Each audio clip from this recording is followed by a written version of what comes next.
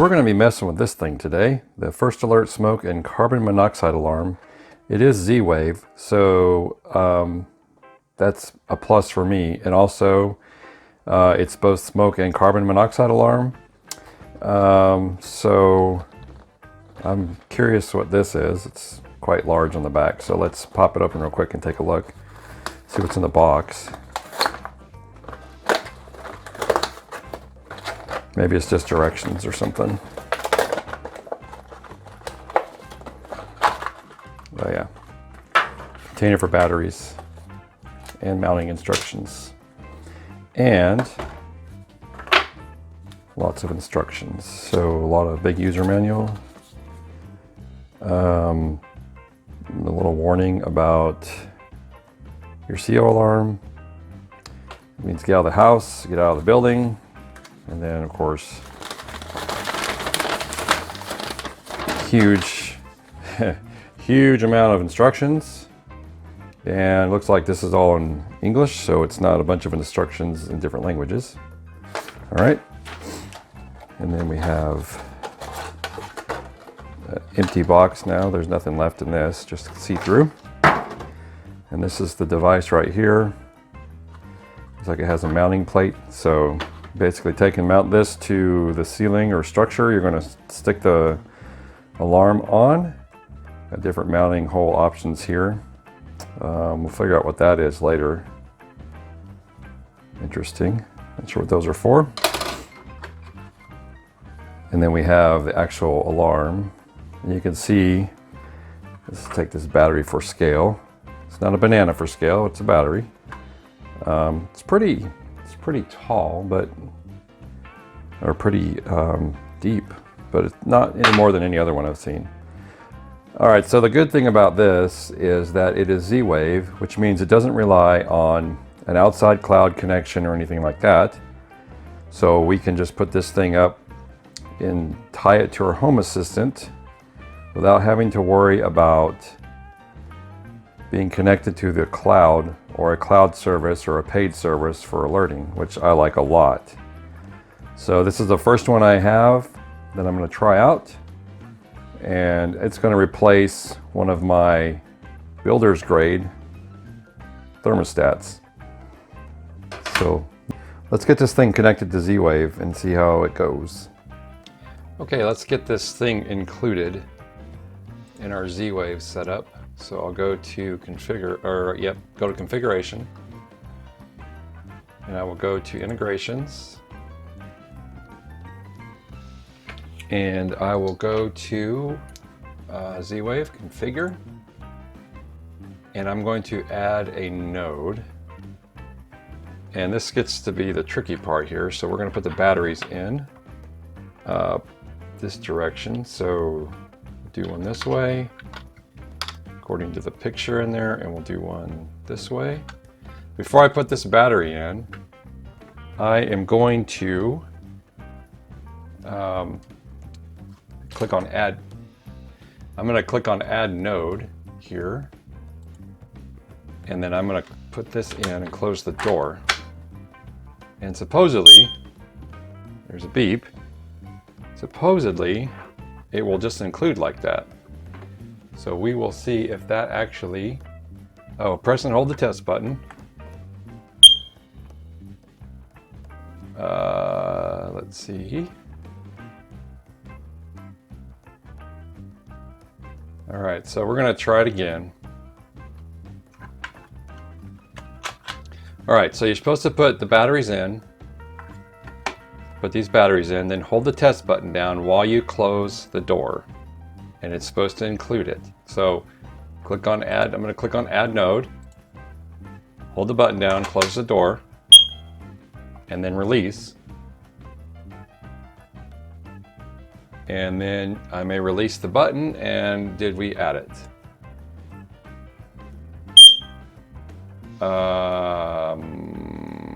Maybe that beep means it was added. Let's try it out. Oh, there it is. So we now have our First Alert BRK brand ZCOMBO smoke and carbon monoxide detector. All right, so after messing with this detector for a while, I've finally got it to show me the entities noted right here. And it's a little finicky. I know there's some discussions on the internet about how this is all put together, or how to include this particular device into Home Assistant. And what I ended up having to do was, first of all, earlier I showed you I added as a node in Z-Wave configuration. But what I ended up doing was going back and removing this node, following the same steps, and if you have the little manual, it tells you how to do that.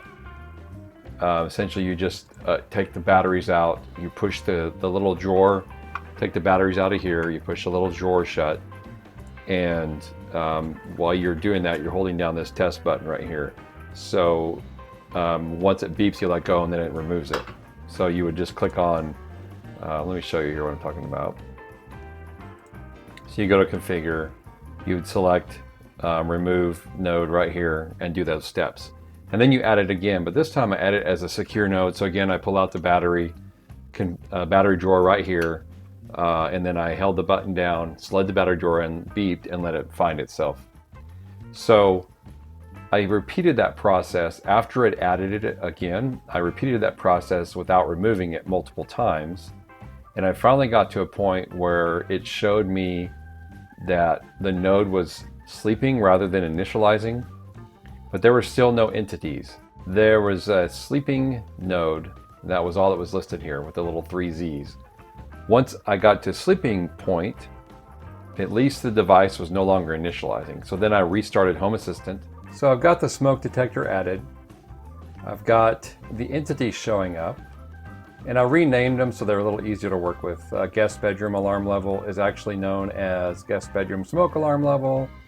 And then we have the guest bedroom alarm type known as the guest bedroom alarm type. They're both sensors. All right, so what we get when we add these entities is we get these values. 255 is a level, alarm type, and then we get other stuff or other levels and other alarm types that correspond to different things. So what we're going to need to do is we're going to have to build some templates in order to convert the alarm level and the alarm type into something that's more usable. And so we'll go into Terminal, and I've already done this. I don't think you want to sit here and watch me type everything out, but I will explain what I did. So with this, I've created a template platform called Guest Smoke Status. I've created a friendly name called Guest Smoke Status. And blow it up a little bit bigger for you. And then I have a value template. And I have 4 conditions that I'm going to evaluate to determine what exactly is going on. So I'm looking at the alarm level, and I'm looking at the alarm type. And in my case, there's 4 different variations of this. So there's three variations, or 2 different variations of the alarm level, either 255 or 0. And then there are 4 different alarm types. When you put these in combination, this determines what you're actually getting from your smoke detector. So for alarm level of 255 and a sensor type or alarm type of 1, that is a smoke type alert. That means that maximum smoke detection. It's an emergency, you need to get out of the building.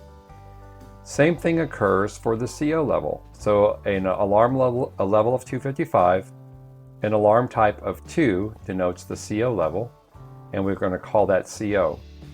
I also get an alarm level of 0 and an alarm type of 12. That's what happens if I push the test button. And then of course it'll tell me test. And then if the sensor comes back with a level of 255 and a type of 13, that means it's just sitting in an idle status, which it'll be in most of the time. So I've added these in, and I've gone into my configuration, and I've checked the configuration, so I'll show you that here. Let's go to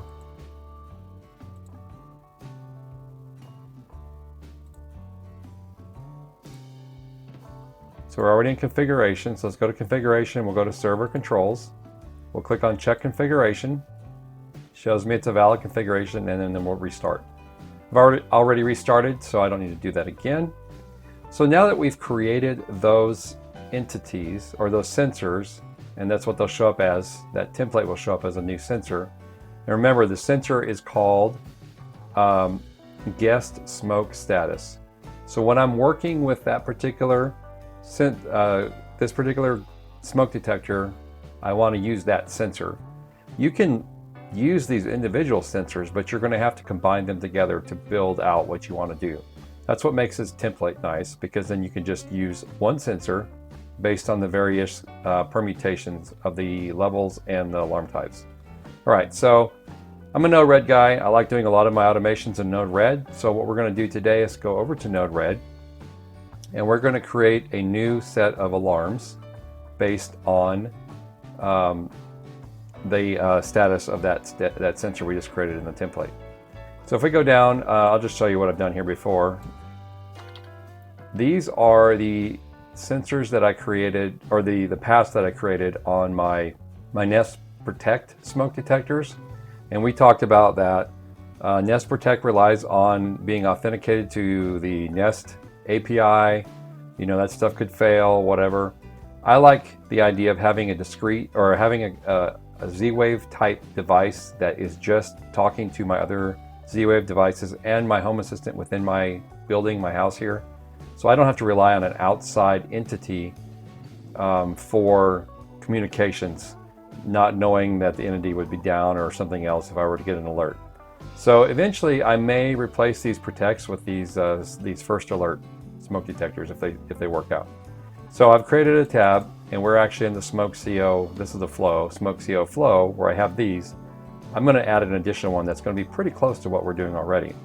So we're going to check through the event state of this particular node. So I'll double click on it. This is a state changed, or a state node. I'm going to call it guest BR smoke. And then I'm going to search for that sensor we created in the template. So I want to find guest smoke status in Node-RED. So I'm going to type guest smoke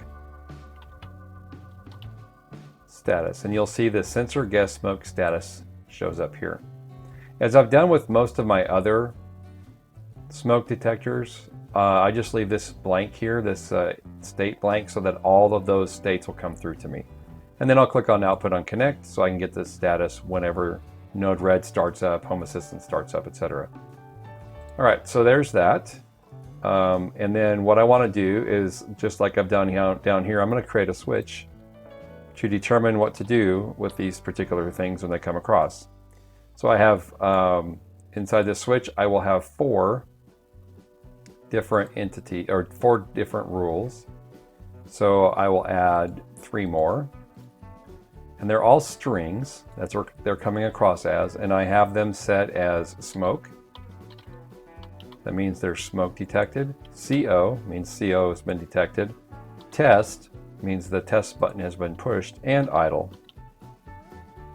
And those are all strings. And we'll give it a name, just detector status.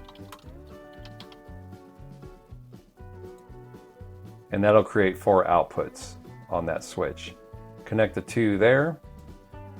And then what I have done with these down here, these function nodes, is create a pushover block or pushover object that I send to pushover so that it will alert me. And I'm going to do the same thing here. And to save rebuilding or reinventing the wheel, I'm just going to copy it. So Control V, one node copied, throw it up here. And we're going to call this one smoke, so that we are told when there's smoke. And because this is in the guest bedroom, I'm going to name it, or I'm going to set the payload and the topic to that. So this will be guest smoke. How about guest BR smoke? Same thing, so we'll just copy this and we'll paste it in the topic. And there we go. We have payload of guest bedroom smoke, topic of guest bedroom smoke, priority 0, which means highest priority, and then the sound up down. As always, check over here if you have no red X's. That means your JSON is halfway decent. And we're done with that. And that's for smoke. So we would look here.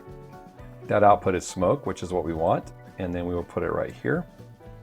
And then, just like I do with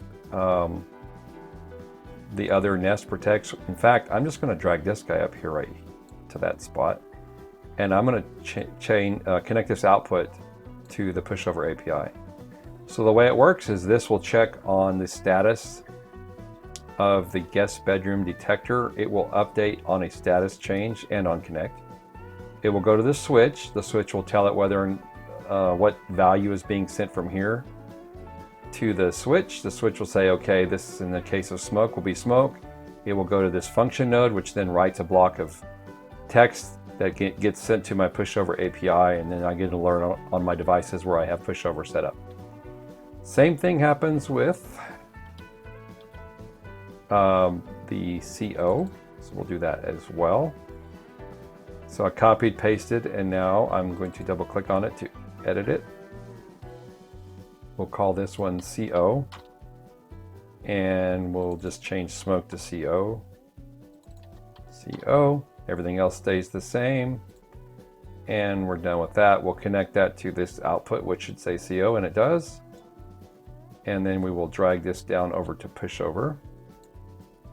And so the final one I will do is another copy paste of the function node,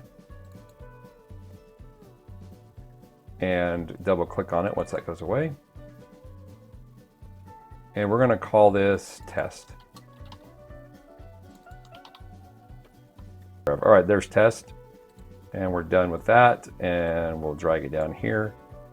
And we will push or connect those two together. We'll send that over to the Pushover API. And so now what we have is 3 different paths that can follow depending on the output of that smoke detector. And now I will deploy it and hope for the best. You can see that this is idle right now because the template returns the alarm level of 255 and the alarm type of 13, and that will return the word idle. Now, if I were to push the test button on the smoke detector, you should actually see it go to test, and then you should hear the smoke detector testing sound, and you should also hear, or I should also get a Pushover alert. So let's just see what happens. I'm going to push the test button. So I'm going to hold it down, and it's going to be loud. So if you're wearing headphones, be ready to pull those babies out. So here we go. And it's going to test.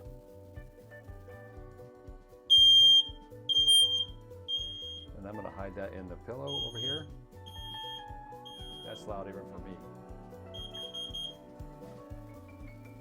And now we can see what occurred here is it said at. So what it, yeah, and so did test after the fact. And I did get a guest bedroom test.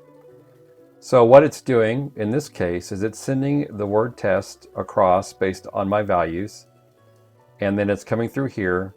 And then I actually got a Pushover alert on my device that you can see here, where it shows a node red alert, test alert. So it says guest bedroom test. If it doesn't show up, it doesn't seem to be focusing on that. Put my face out of the way. Anyway, there's the test that came on my phone from Pushover. Now the interesting thing is that occurred after the test was finished. So there may be a little bit of a delay, but that's just something that just happens because of the Z-Wave network. The important part is that you do get the audible alert immediately on these smoke detectors. It does not rely on the fact that your Z-Wave system is running, your home assistant is running. It just alerts you. If I'm away from my house, I'll get an alert that way. But if you're in the house and it's a life and death situation, none of this has to actually function for your alert, your smoke detectors to actually work. Just like I did with the emergency setting or the emergency for my CO status and smoke status on my other smoke detectors, I can also come down And if there's a smoke alarm or a CO alarm, I can light everything up. And so to make things easier to reach, I'm going to move these kind of out of the way. There's definitely a little bit of art in putting these nodes in a nice way to see them and deal with them. So what I can do now is just take, let's say there's a smoke alert, I'll just take and I want all these lights to come on, just like I do for the other ones, and so on and so forth, and you get the idea. What would help this is if I grouped these into groups, so I could say emergency lighting on or something and have one node here instead of having all of these, and then I would just have one to each. All right, so just to recap, we added the smoke detector to our Z-Wave configuration. Took a little bit of time to get that working right, had to mess with it, had to, you know, pull the battery out a few times, get it to wake up, kind of mess with it. Finally got connected. Then a reboot of Home Assistant was required for the entities to show up. And then after that, we built the template, which you can see right here. And we, after checking our status in Home Assistant, using the check configuration button, we then went through and restarted Home Assistant so it would pick up this new sensor.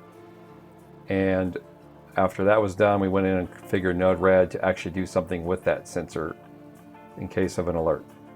So it took a little bit of learning. The most difficult or most challenging part was building the sensor.